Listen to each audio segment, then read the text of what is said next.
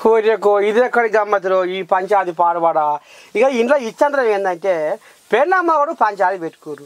అసలు భార్యని భర్త కొట్టిండో కొట్టలేదో కానీ పోలీస్ స్టేషన్లో పోయినాక పోలీస్ కడుపు చల్లకుండా లాఠీ తీసుకొని కొట్టిండు. అమ్మ అయ్యో రామా ఇది ఎక్కడి రాష్ట్రంగా ఎవరా నాయన, మొగడన్నా కొట్టిండో కొట్టలేదో కానీ పోలీసు కొట్టినవరా అని సోషల్ మీడియా సంఘపులు గరానికి వచ్చారు. ఎక్కడ ఏంది ఏం కథ అంటే ఇగో ఇక్కడ చూడదు.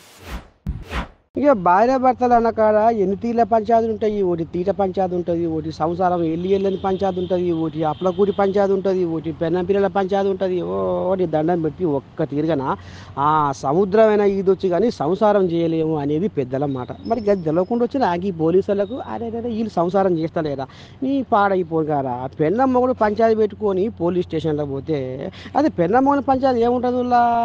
పొద్దున్నాక పంచాయతీ పెట్టుకుంటారు, పొద్దుకంగా కలిసి ఉండేది. ఇదంతా జగం పెరిగిన సత్యం. కానీ ఈ జగిత్యాల జిల్లా మెట్పల్లి కాడ పెళ్ళమ్మగూడు పంచాయతీ పోయి పోలీస్ స్టేషన్లో పోతే ఇక ఆడ నువ్వో మాటలా నేనో మాటలా జర్ర ఏదో గడబడ మళ్ళీ అయిందట. ఆహా ఇదంతా మీరు మాకన్నా ముందరనే కొట్టుకుంటారు తిట్టుకుంటారా అని ఇక అక్కడ ఏసై ఒక మహిళా కానిస్టేబుల్ పోయి ఇక వాళ్ళని ఇయ్యర బాగానే ఆడుచుకున్నారు అట. నువ్వులా ఇక పెద్ద మనిషి ఏసై అయితే వరకు లాఠీ తీసుకొని ఈడంగా ఆడంగా ఓ అమ్మ బర్ర కొట్టినట్టే కొడుతుండే అట. నీ పాడైపోరు కదా ఏంది గందరగోళము. పెళ్ళమ్మని పంచాయతీ ఇవ్వడం చెప్పాడా లోకం మీద తీర్మానం చేసి మొగోడు ఉండా పెళ్ళమ్మని పంచాయతీ ఇంత మటుకు కూడా ఈ పోలీసులకు అర్థం కాకపోతే ఏం చేయాలనులా అని సోషల్ మీడియా సంఘపోళ్ళు గరానికి వస్తురులా.